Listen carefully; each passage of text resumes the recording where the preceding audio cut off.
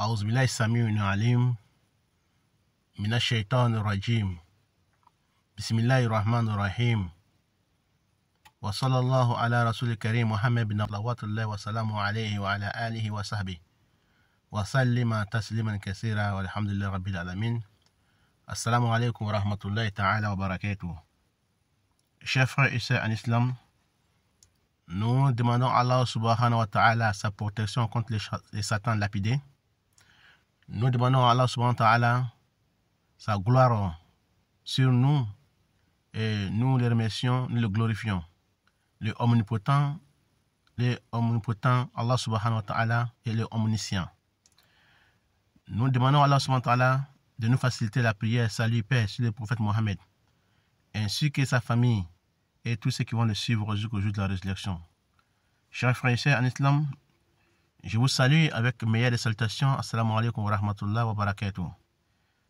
Nous sommes en face de vous aujourd'hui avec la première leçon de 5e saison. Donc nous allons vous parler aujourd'hui du chou. Chou comme le chou-fleur. Qu'est-ce que ça signifie dans les rêves? Qu'Allah fasse que ce soit bonheur pour moi et pour vous, et pour tous les hommes sur la terre et pour tous les musulmans. Le chou, les Arabes appellent ça Kouranab, ou bien malfouf. Celui qui voit le chou ou le chou-fleur dans les rêves, ça parle des substances, la chance, et ça peut parler aussi des médicaments, des remèdes. Ça parle aussi de la religion. Ça peut aussi parler aussi de quelque chose qui est perdu et les gens sont à la recherche qu'ils vont retrouver ou pas. Et celui qui voit qu'il est en train de manger les choux ou les chou-fleurs, alors qu'il est angoissé ou il a des soucis, des problèmes, son problème sera résolu. Ses problèmes seront dissipés.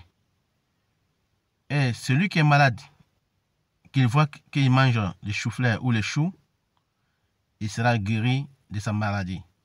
Qu'Allah fasse que ce soit bonheur pour moi et pour vous et pour tous les musulmans sur la terre. Amin.